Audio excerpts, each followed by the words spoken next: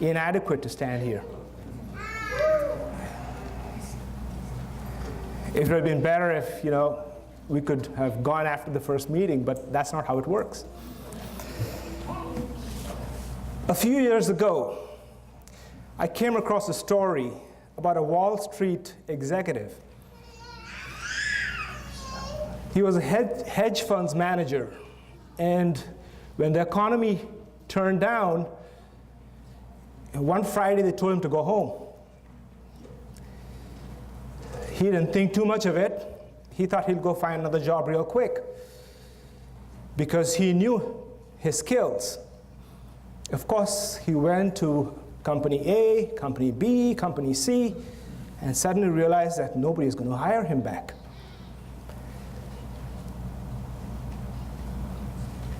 After a few months, his rent was due, and he wasn't paying his rent. And so guess what? They told him he didn't have the apartment anymore. And when he didn't have an apartment, his wife thought, well, why do I need to stick around with him? And so this guy was, of course, on the streets now. And there was a time, a few months ago, where he was making millions. So he walked around New York, looked in New Jersey, looked for a job. Nobody would give him a job. He was walking past Starbucks one day, and he noticed it said, "Help wanted." He thought to himself, let me see what this is about. So he walked into Starbucks, asked for the manager, and said, whatever you got, I'm going to do. He said, I haven't made coffee in my life, but I can give it a shot. Well, of course, the manager turned around and said, no, we got enough guys who make coffee here. We need we're looking for somebody who's going to help us clean the floors and clean the restrooms. Do you want the job? He said, I got nothing else to do. I might as well take it. He took the job. Within a week, the manager saw there was a big difference in how the customers were coming in more often. What this guy was doing was, he was being faithful in his job. All he was doing there was mopping the floors, cleaning the restrooms. That's all he did. But he did his best, and you could see the place sparkle. So the manager, of course, promoted him, and then he moved on from there and found another job. But the manager asked him, you're amazing. Even the small job, was given to you, you took it, even though you were this big shot. Why? His response, he said, when I was in the restroom, including cleaning that toilet bowl, I consider that like my Ferrari. I washed it and cleaned it as if I was cleaning my Ferrari. That's amazing. That's faithfulness. He bounced back because of his faithfulness, his loyalty, his hard work, steadfastness, and resoluteness. One who is faithful can be trusted, and one who is faithful is reliable. This morning, I'm going to spend a little time on faithfulness. We've seen our men and women, young men and women this week, be faithful to the Lord. They had a choice to be at home during the summer or to go to work, but they made a decision to come here, be faithful to the Lord for VBS. And because of you guys, there were 2 kids who were saved this week. Yeah, the Lord did the work. Yes, we understand that. But it is because you guys devoted your time and effort to come out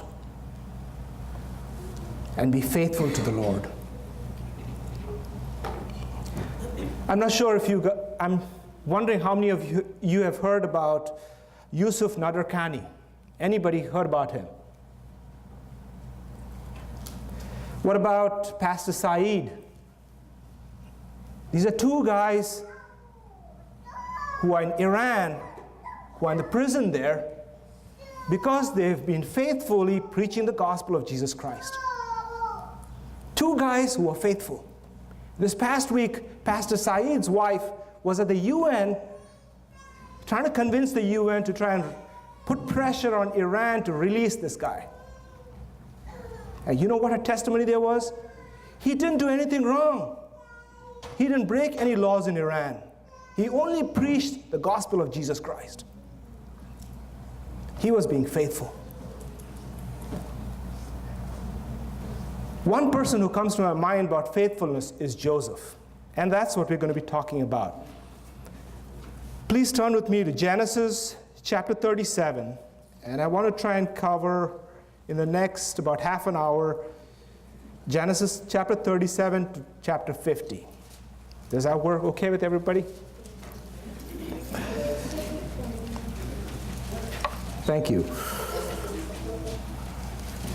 Before we get into the word, Joseph, again, was one of those who was faithful in every area of his life. You know, in every area, every circumstance that he was placed in, every situation that he was in, he was faithful. He is even included in Hebrews 11 amongst the faithful. You know, and there are many in there, stalwarts of faith, who are included. But Joseph is one of those who's included. And if you look at the Old Testament, you look at Abraham, you look at Jacob, you look at Daniel, King David. These were huge men. New Testament, Paul, Peter, again, huge men of faith who were faithful to the ministry that they were called to. But Joseph stands apart from these guys because all these guys that I just mentioned, you know, they were faithful, yes, but they had failures. And the Bible is very clear about their failures. Look at Abraham. You know, when he was pressured, he even called his wife his sister. You know, not once.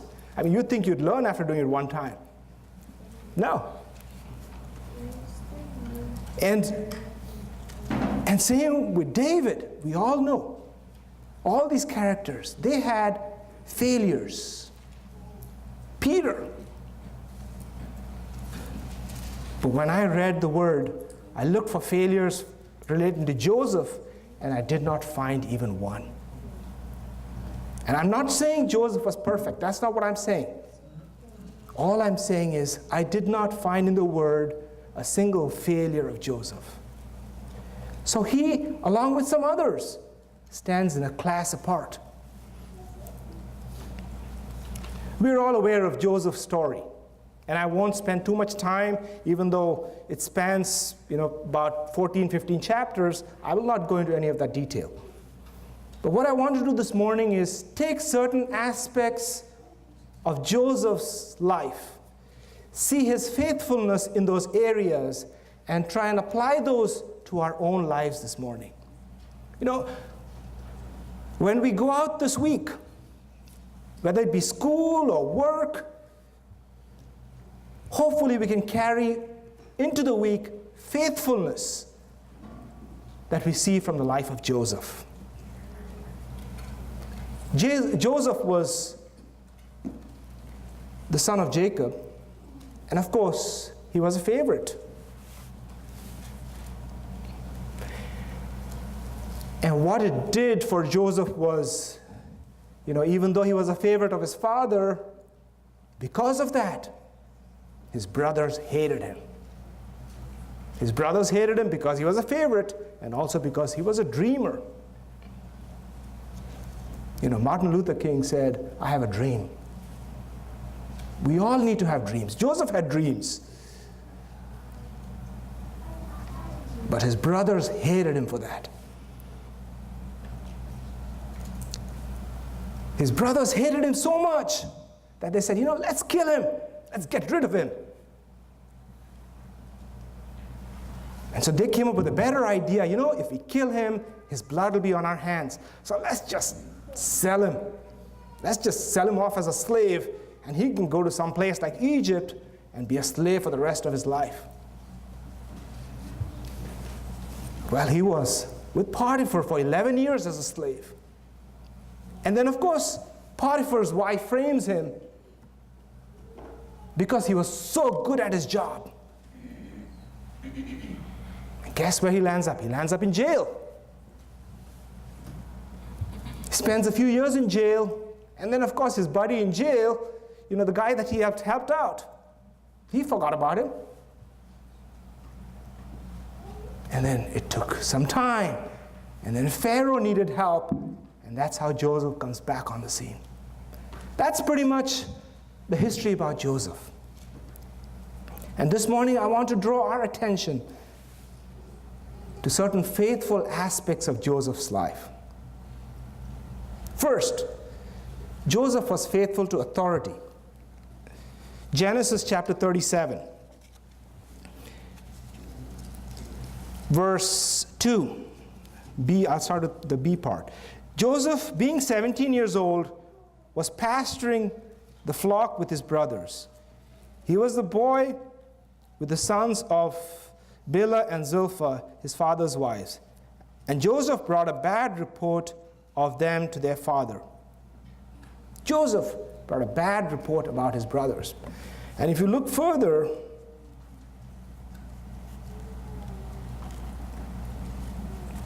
down in verse 12, actually verse 15.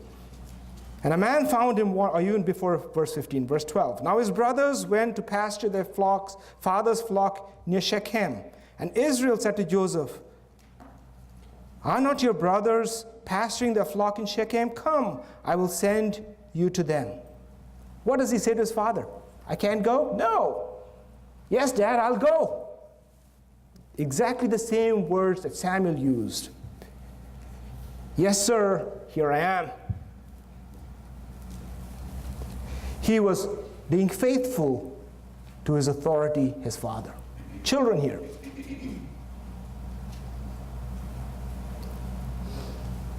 I'm sure you've learned Ephesians chapter 6. And the first few verses there talk about obedience to parents. And I know, your parents tell you all the time, remind you about obedience. But my Bible here says Joseph was 17 years old.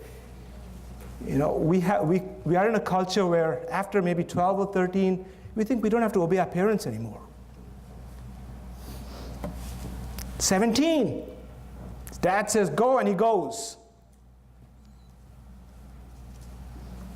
He was faithful when he was obeying his father. How does this apply to us kids? I don't need to go into the details. Our parents, I'm sure, remind us every day about it. What about adults? If you turn with me to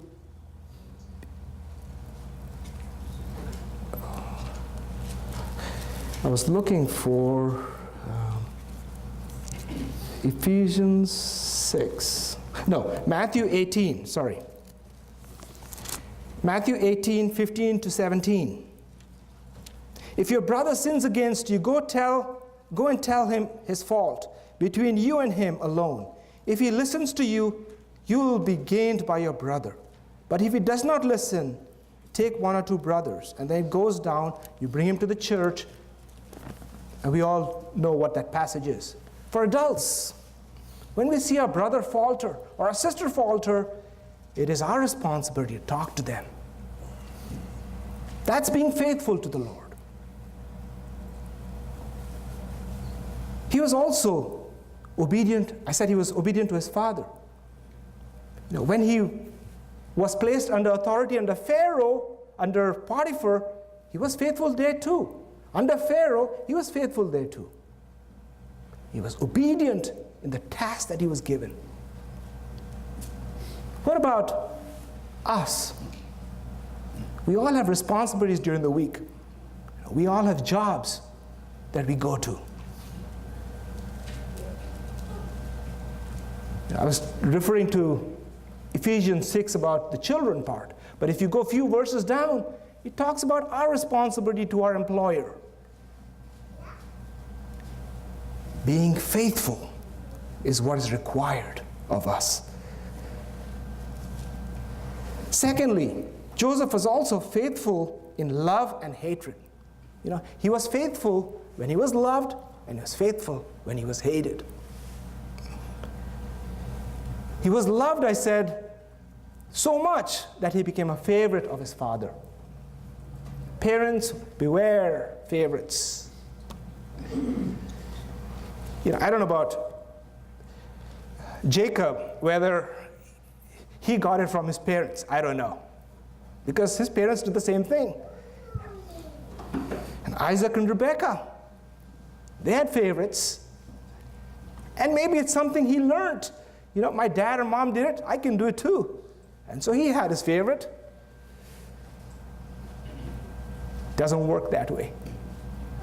One thing is good. When I look at the life of Joseph, there is nowhere in the Bible here that talks about favoritism that Joseph showed to any of his sons. There is a mention towards the end of this book about when his two sons come in when Jacob's about to die and to receive the blessing. But again, I don't see any favoritism there. So Joseph, it appears, was able to break that cycle. Parents, I don't know about you guys, whether you've been brought up in homes where there's been favoritism or not, but we got to break that cycle. There cannot be favorites. But even though, in that situation, his dad loved him, and his brothers, of course, hated him, but he was faithful in that situation. He lived, I don't know how it is to live in a home where your dad loves you.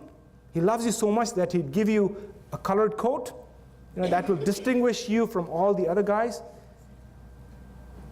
And all the other guys say, let's kill him. Must be hard. But Joseph was faithful. He lived right there, at least up to 17, 18 years. He was also faithful when he was hated. And I just said, how much his brothers hated him. Both Joseph and his brothers, they both had choices to make. Joseph made better choices than his brothers. And because of that, he was rewarded. His brothers made poor choices. And they lived miserable lives because of that. We too have to make choices. We got to figure out, that these choices we make, we're going to be accountable for these one day. We're going to have to, reap certain rewards based on those choices we make. From the word, we know what happened to Joseph, how he got rewarded, and for the brothers, the choices they made, the type of reward they received. Let's look a little bit about his brothers.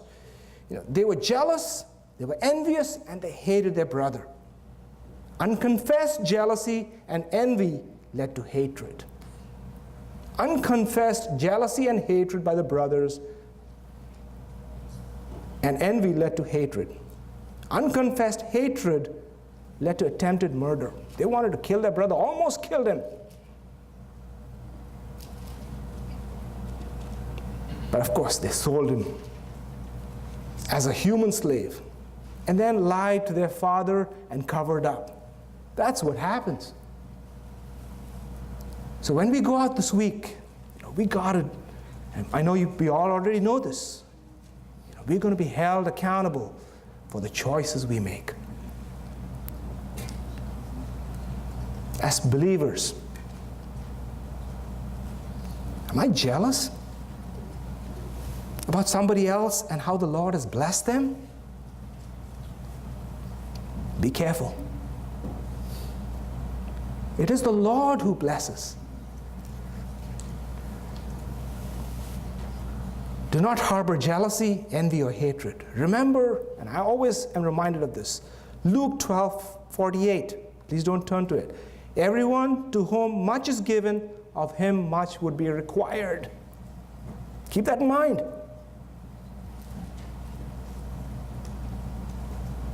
Turning back to Joseph. How do we deal with unfair situations? Look at Joseph. Was he unfairly treated? Yeah. Real unfairly treated. His brothers? He goes to a different land with Potiphar. He was unfairly treated towards the end, thrown in prison.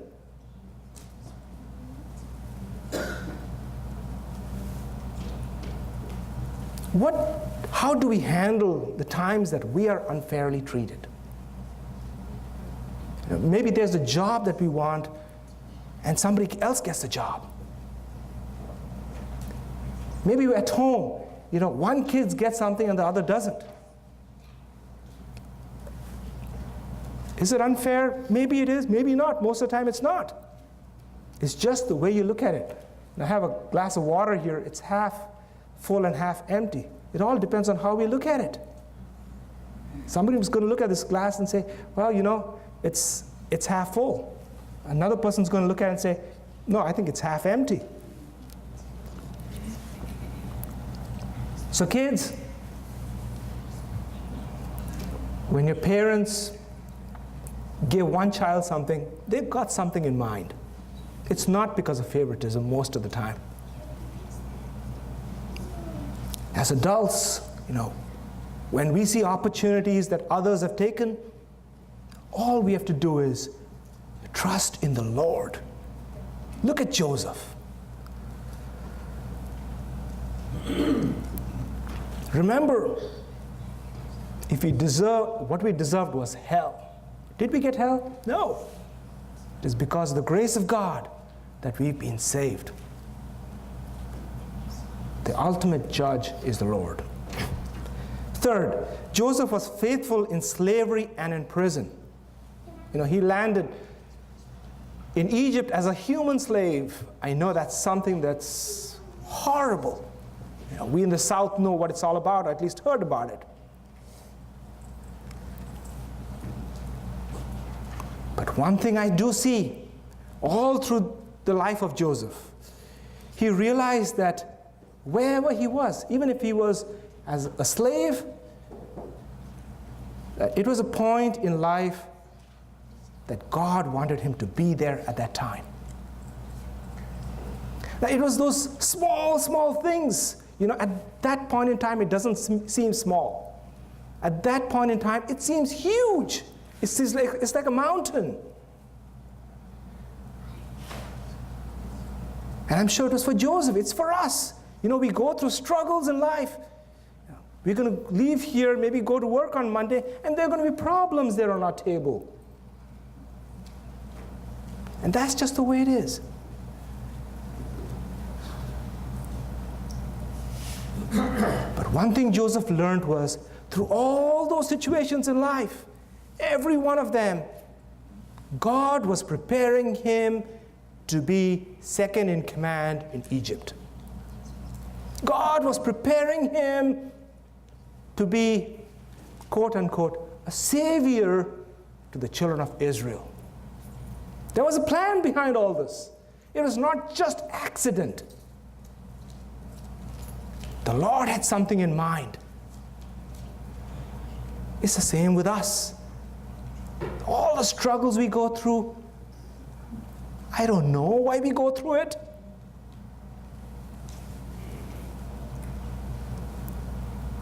But what the Lord requires of us is faithfulness.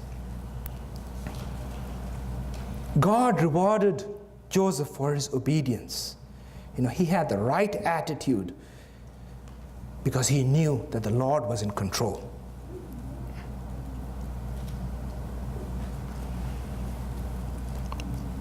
When he was in prison, I'm sure he met with other prisoners around him. He was not just sitting around, maybe in his cell. If it is the context like today, Maybe he was in his cell watching TV. No. That's what they have in prisons these days. I was surprised. Now, I happened to be at the Madison County Prison for about 6 hours.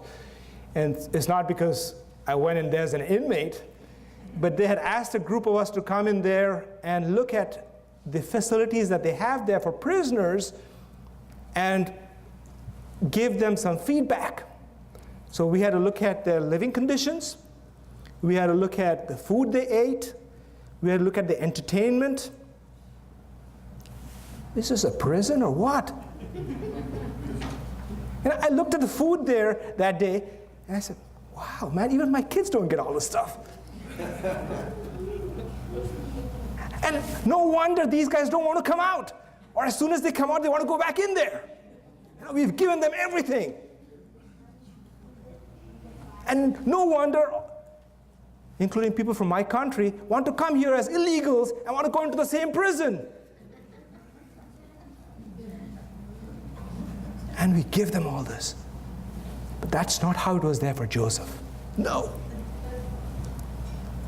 But even in those situations, and I'm saying that because I've seen prisons in India. That is a prison. You get nothing there.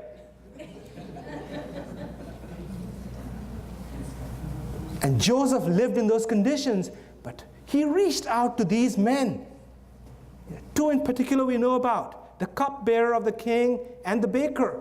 They had both of them had dreams, and he saw their faces, and it says here, they were downcast. It seemed as if they were troubled. So when Joseph saw them, what's up, man? What's going on? And they told him his dream. So Joseph was not there just having a party in prison. No, he was meeting the needs of these people. So when we go to school or work this week, there are needy people around us. We just have to be watchful. There are people who are struggling. May the Lord give us those opportunities that we'd be able to talk to them. He was faithful, even in prison. He was faithful in slavery. When we go through difficulties, and I bring the issue of slavery and prison, not that we're going to be there, but in our daily lives, we are in similar situations when we go through struggles. It seems like a prison sometimes. Are we willing to depend upon the Lord for those times? Are we willing to depend that the Lord will provide a way out? It says in Romans 8:28, and this is for all of us believers, all things work together for good to those who are called according to his purposes. Young men and women, what about the temptations that Joseph went through? In Potiphar's house, young man, 17, 18 years old, maybe 20.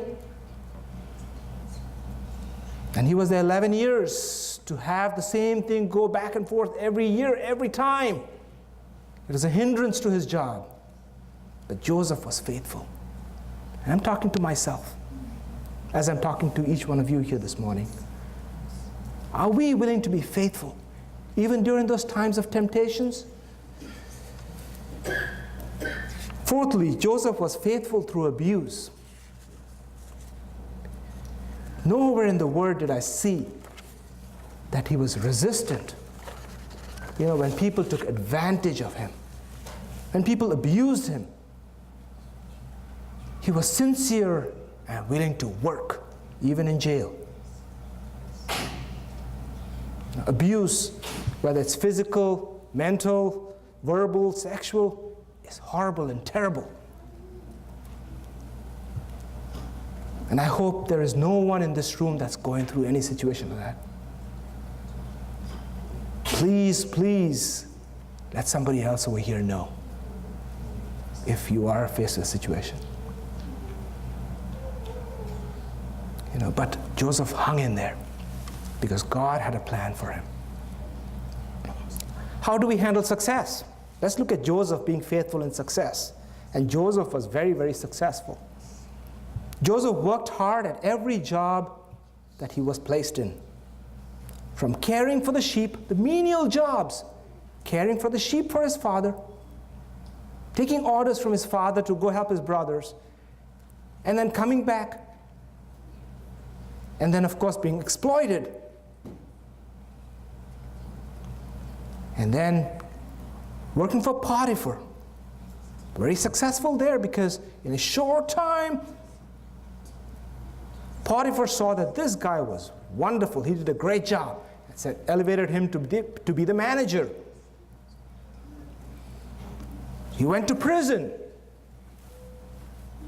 The manager there, of course, the inspector there saw him, saw that he was really good, elevated him above all the other prisoners. And then the way he took on responsibilities for Pharaoh later on in life. Through all these successes, he was very faithful. The Lord was with Joseph and showed him steadfast love. If you look at Genesis 39 and verse 21. 39, verse 21. But the Lord was with Joseph and showed him steadfast love and gave him favor in the sight of the keeper of the prison. The Lord was with Joseph. He showed him steadfast love.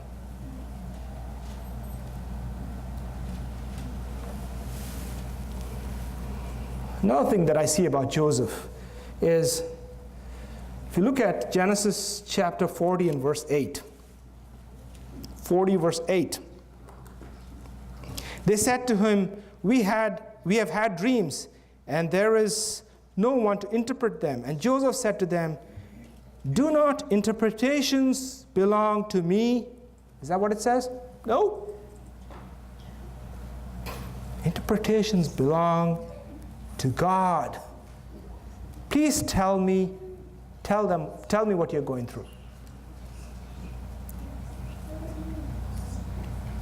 When we are in a corner, pressed, in situations that are very, very hard, are we willing to bring God into the picture? You see what he's trying to do there? I can help you out, but it's not me, it's God.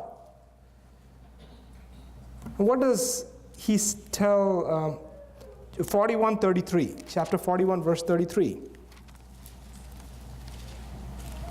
Now therefore let Pharaoh select a discerning and wise man and set him over the land of Egypt.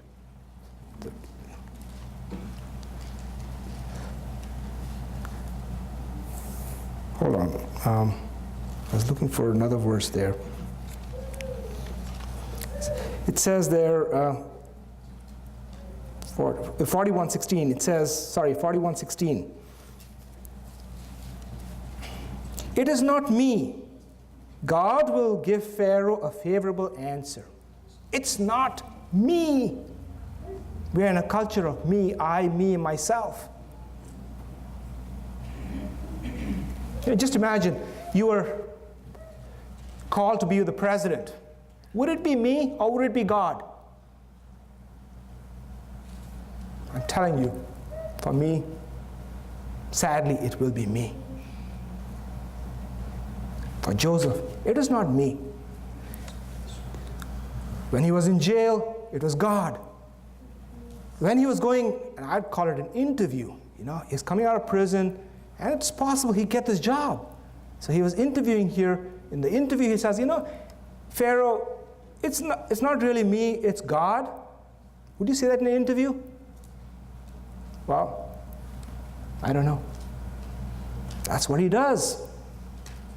And he does it because of his faithfulness to God.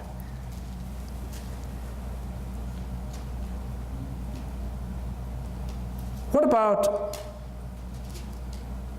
taking credit? Do we do that a lot of times at jobs, at school, homework, at home? I did it.